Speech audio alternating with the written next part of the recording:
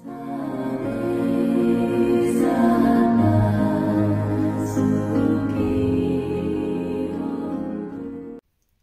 भीम, नमो बुद्धाय. बुद्ध धम्म शिकूयात बाबासाहेबांच्या दृष्टिकोनातून या उपक्रमातील आजच्या नव्या सत्रात पुनश्च आपल्या सर्वांचे मनपूर्वक स्वागत करते.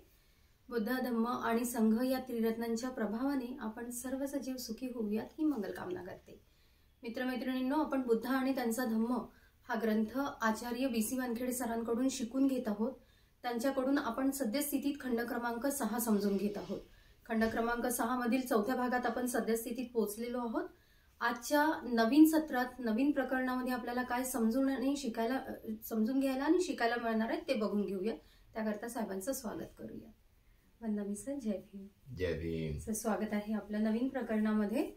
सर, आपण खंड 6 मधील भाग 4 मध्ये आहोत. हो. यामध्ये आपण तथागतांवरती दृढ श्रद्धा असलेल्या व्यक्तींबद्दल बघून घेत आहोत. हो. तर आता सध्या आपण गर्भवती मातेची तीव्र अभिलाषा हे प्रकरण पाहून घेणार आहोत. काय आहे नेमकं या प्रकरणामध्ये, कशी मांडणी बाबासाहेबांनी केलेली आहे आणि काय समजून सांगू शकता आपण आम्हाला या प्रकरणात. तर विनंती करते आपण आम्हाला हे प्रकरण समजून सांगावं. एका गर्भवती महिलेची बुद्धांवर कशी श्रद्धा होती त्या श्रद्धेबद्दल हे प्रकरण आलेलं आहे. आणि डायरेक्ट असं या प्रकरणाचं नावच आहे, गर्भवती मातेची उत्कंठ इच्छा. म्हणजे फारच तथागतावर अशी श्रद्धा आणि मग तिच्या मनात कोणत्या इच्छा होत्या त्या संबंधाने हे प्रकरण आलेलं आहे. तर पाहूया बाबासाहेब काय म्हणतात. एकदा तथागत बुद्ध भग्ग देशी भेसक कला वनातील सुसुमार पर्वतावरील मृग उपवनात विहार करीत होते.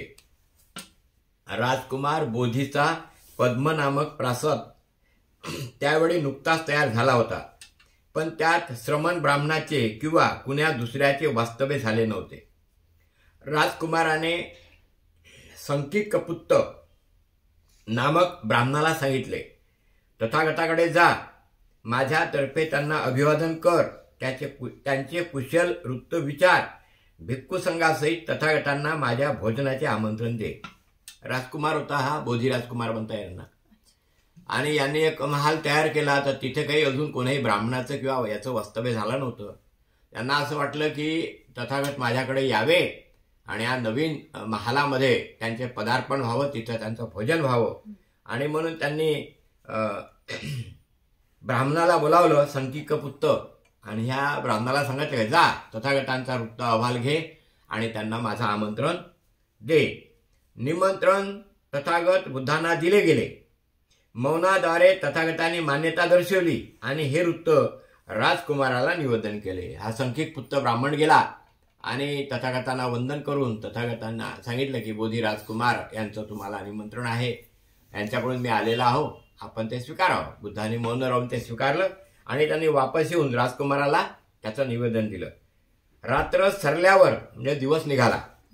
राजकुमाराने आपल्या पद्म नावाच्या प्रसादात उत्तम भोजन सिद्ध केले आणि प्रसादाच्या पायऱ्यावर शुभ्र वस्त्र आच्छादित करून सर्व सिद्धता असल्याचे वर्तमान तथागत बुद्धास कळविण्यास त्या तरुण ब्राह्मणास सांगितले.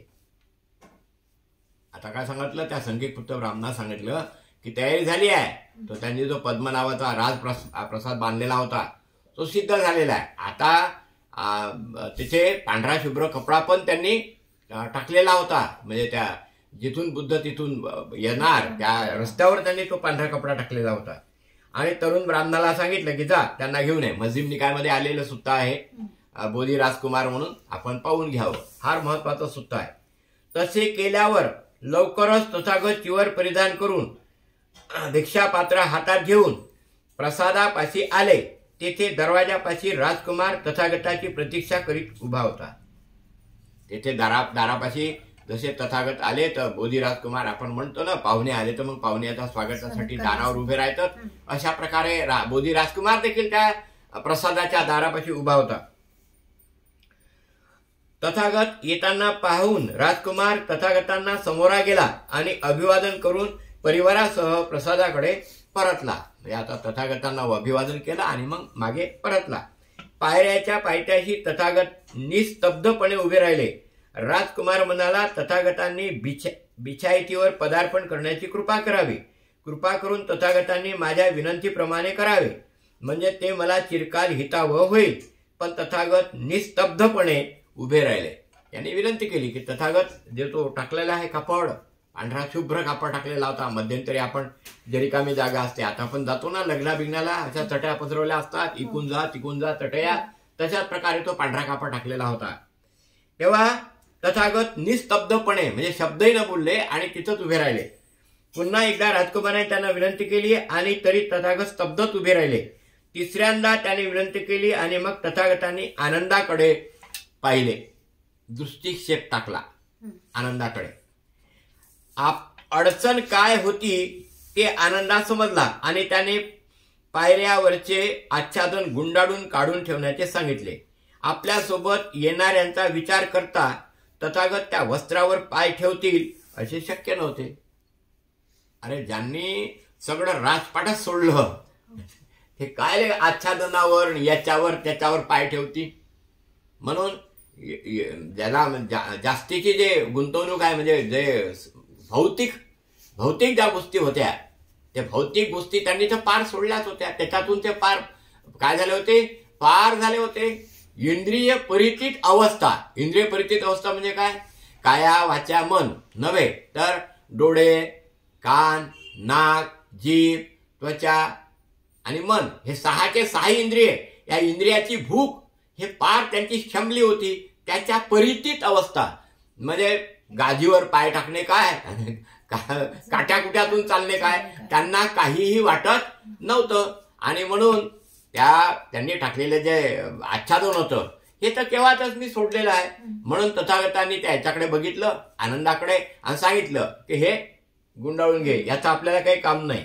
राजकुमाराने ते वस्त्राच्छादन गुंडाळून ठेवण्याची आज्ञा केली व प्रसादाच्या वरच्या मजल्यावर आसनाची सिद्धता करण्यास सांगितले. तथागत भिक्खू संघासहित पायऱ्या चढून वर गेले व तथागतासाठी सिद्ध केलेल्या आसनावर स्थानापन्न झाले. आता ते वस्त्र गुंडाळलं आणि तथागत त्या पायऱ्या चढून वर गेले, कारण 2 डबल मजली होतं ते, आणि तिथे जाऊन ते आपल्या स्थानावर स्थानापन्न झाले. राजकुमाराने आपण स्वतः तथागत व भिक्खू संघात यथेच्छ भोजन वाढले. स्वतः प्रत्येक ठिकाणी आहे. तो राजा प्रसेनजित असो की राजा बिंबिसार असो, हे सगळे स्वतः आपल्या हाताने वाढत आहे. फार महत्वाचं आहे. महिलांनो लक्ष द्या, स्वतःच्या हाताने वाढलेलं पुण्यकर्म याच्यासारखं पुण्य कोणतं नाही. कोणाला तरी सांगून द्यायचं, बाया लावून द्यायच्या आणि त्यांनी काय केलं ते काय आणून तुम्ही आपल्या हाताने घ्या ना, जेव्हा काही मजा नाही राहिली. अलीकडे सगळा प्रॉब्लेम झाला, सगळ्यात प्रॉब्लेम झाला. म्हणजे तुम्ही काय जेवायला देता. काही लोक लग्नामध्ये जेवत नाही. तुम्ही म्हणा का निकृष्ट दर्जाचं ते पोळ्या तुमच्या, ते आलेले गहू कोणते तरी आणते ते कंट्रोलचे, आणि त्याच्यात ते लोक ऑर्डर दिल्यानंतर तसं जमवते आणि त्याप्रमाणे कालचं असतील परवाच असतील ते सगळं त्यामध्ये घालमेल करतात आणि गोंधळ करतात. चव त्याला येतच नाही बुवा. हाताने काही लोक टाकून देतात अर्धच, त्याच्यामुळे प्रॉब्लेम येऊन राहिले. आणि म्हणून या खानपानामुळं 13 लोक जेव्हा एकत्र येतात तेव्हा एकाला कॅन्सर नावाची बिमारी असते. जेव्हा 6 लोक एकत्र येतात तेव्हा त्याला शुगर नावाची बिमारी असते, एकाले 6 पैकी 1. असं प्रमाण आहे भारताचं. का खानपानावर लक्ष नाही ना तुमचं, खानपान तुमचं बरोबर नाही. आणि म्हणून या ठिकाणी बघा कसं आहे, स्वतःच्या हातानं वाढून राहिले राजे लोक. बोधी राजकुमार तथागतांना वाढत आहे आपल्या हातानं. जोपर्यंत तथागत काय म्हणतात यथेच्छ भोजन वाढले. तथागताचे भोजन ग्रहण झाल्यावर राजकुमार बोधी एका बाजूस आसनावर बसला आणि तथागतांना म्हणाला, तथागत मला वाटते की सुखद साधनाने नव्हे तर अप्रिय साधनाने खरे सुख कल्याण प्राप्त केले पाहिजे. सुखद साधनाने नाही तर अप्रिय साधनाने, म्हणजे कठोर तप करूनच. कोणतंही तप. तथागत म्हणाले, राजकुमारा फार पूर्वी जेव्हा मी पूर्वाश्रमीचा सिद्धार्थ गौतम संबोधी प्राप्त झाली नव्हती तेव्हा तुझ्यासारखे सिद्धार्थ गौतमाचे मत होते. तेव्हा होते माझे मत तसेच. जेव्हा मी राजकुमार होतो तुझ्यासारखा, त्यावेळी गौतम अगदी तरुण होते. गौतमाचे केस काळेभोर होते आणि तारुण्याच्या ऐन बहरात माता पित्याच्या इच्छेविरुद्ध त्यांच्या दुःख शोकाला न जुमानता गौतमींना केस व दाढी कापून पीतवस्त्र गौतमाने काय केलं, केस व दाढी कापून पीतवस्त्र परिधान करून संसाराचा त्याग करून गृहहीन संन्यास पत्करला. सत्यान्वेष करण्यास म्हणजे सत्याचा शोध घेण्यास आणि अनुपम शांतीचा मार्ग शोधण्यासाठी पूर्वाश्रमीच्या गौतमाने संन्यास स्वीकारला होता. पण आता पूर्वाश्रमीच्या गौतमाचे मन निराळे झाले आहे. जर एखाद्याला धम्म समजला तर सर्व दुःखाचा नाश कसा करावा हे त्याला समजेल. म्हणजे धम्म समजल्याशिवाय दुःखाचा नाश कसा करायचा हे काही समजणार नाही. राजकुमार म्हणाला, किती अद्भुत हा धम्म, किती अद्भुत या धम्माचे स्पष्टीकरण, धम्म समजण्यास किती सुलभ. तेव्हा तरुण ब्राह्मण संकिक पुत्र ज्याने आमंत्रणासाठी पाठवलं होतं बोधी राजकुमारानं, राजकुमाराला म्हणाला, संकिक पुत्र, राजकुमार आपण हे मान्य केले खरे, पण आपण बुद्ध धम्म आणि संघ ह्याचा आश्रय ग्रहण करण्याची म्हणजे शरणगमन करण्याची तयारी दर्शवली नाही असे म्हणू नकोस मित्रा. कोण म्हणते? बोधी राजकुमार म्हणते संकिक पुत्राला, त्याच्या ब्राह्मणाला. असे म्हणूच नको पुत्रा, असे म्हणू नकोस. राजकुमार म्हणाला, कारण मी माझ्या मातेकडून असे ऐकले की ज्यावेळी तथागत बुद्ध कौसंबीच्या घोषित रामात विहार करीत होते त्यावेळी गर्भवती अवस्थेत ती तथागताकडे गेली व त्यांना अभिवादन करून तथागताजवळ एका बाजूस बसली. ती तथागतांना म्हणाली की पुत्र अथवा कन्या, जो काही गर्भ माझ्या उदरात या क्षणी आहे तो अजात गर्भ बुद्ध धम्म आणि संघ याचा आश्रय स्वीकारित आहे. तथागत बुद्धाने अनुग्रह करून त्या गर्भाला या जीव आपण शरणागत उपासक म्हणून स्वीकारावे. काय केलं त्याच्या मातेनं? काय म्हणते आता त्याला, संकिक पुत्राला, त्या ब्राह्मणाला, अरे ब्राह्मणा असं कशाला म्हणतं, माझी माता मला सांगून गेली, मला सांगितलं तिनं. काय सांगितलं मला? की जेव्हा बुद्ध कुठं आले, कौसंबीच्या घोषितराम विहारात आले होते, तेव्हा मी तिच्या गर्भातच होतो. तेव्हा तिनं मला बुद्धाकडे घेऊन गेली गर्भात असतानाच आणि वंदन करून बुद्धांना म्हटलं की तथागता, माझ्या गर्भामध्ये पुत्र असो का पुत्री असो, म्हणजे पोरग असो का पोरगी असो, आजीव म्हणजे मरेपर्यंत तुमचा उपासक किंवा उपासिका म्हणून त्याचा स्वीकार करावा. म्हणजे गर्भात राहूनच काय केलं तिच्या मातेनं, आपला गर्भाला त्या बुद्धाच्या काय केलं, स्वाधीन केलं. त्याला उपासक म्हणून तुम्ही स्वीकारा म्हणते. गर्भातच होतो म्हणते बोधी राजकुमार. आणखी एकदा तथागत बुद्ध भग्ग देशातच सुसुमार पर्वतावरील भेसक कला वनात राहत होते. माझ्या दाईने मला त्यावेळी तथागताकडे नेले आणि तथागताच्या समोर उभं करू राहून ती म्हणाली, कोण? त्याची दाई, हा राजकुमार बोधी बुद्ध धम्म संघ याचा आश्रय स्वीकारत आहे, शरण गमन करीत आहे. काय करत आहे म्हणते? दाईनं नेलं. दाई म्हणजे काय? त्यांच्या घरची मोलकरी नसन. तिनं नेलं आणि बुद्धाजवळ नेऊन तिनं म्हटलं, हा बोधी राजकुमार आपला काय करत आहे, शरण गमन करीत आहे. आणि आता मी तिसऱ्या वेळी म्हणजे आता तिसऱ्यांदा, ही वेळ कोणती होय? तिसऱ्यांदा. आता मी स्वतः तिसऱ्या वेळी आश्रय स्वीकारत आहे, शरण गमन करीत आहे आणि तथागतांना विनंती करीत आहे की मला जीवनपर्यंत बुद्ध याव जीवितम शरणं गच्छामि. म्हणजे जीवनपर्यंत उपासक म्हणून तथागतांनी स्वीकृती करून घ्यावे.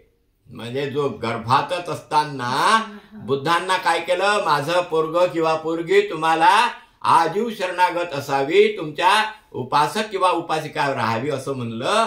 आणि दुसऱ्यांदा देखील एका दासीच्या सोबत नेलं. दासी त्यांना म्हणून राहिली की माझा हा राजकुमार आहे बाबा, यांना तुमचा उपासक करा. हे दुसऱ्यांदा. तेव्हा तो लहान होता, आता मात्र मोठा होता आणि त्यांनी मोठा प्रसाद पद्मनाभाचा बांधला होता.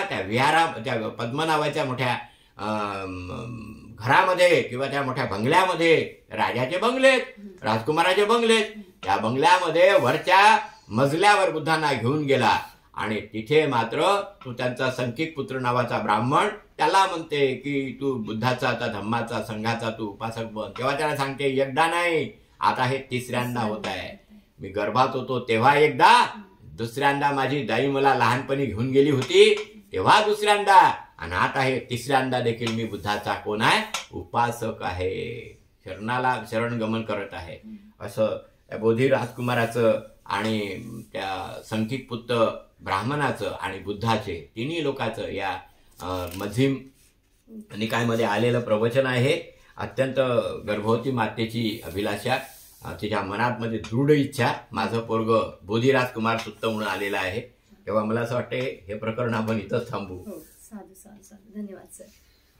अगदी बरोबर, फार सुंदर पद्धतीने सरांनी समजून सांगितलेलं आहे. आणि बाबासाहेबांना कदाचित तिथे असंच बोलायचं असेल की बाळ जेव्हा गर्भात असतं तेव्हापासूनच त्याच्यावरती धम्माचे संस्कार व्हायला पाहिजे आणि म्हणूनच गब्बमंगलाचा कार्यक्रम घेतला जातो. पुढील सत्रात पुढील प्रकरणात भेटूयात आपण. सर्वांचे मंगल हो, कल्याण हो. सर्वांना जय भीम. जय भीम सर. जय भीम. जय भीम. जय भीम.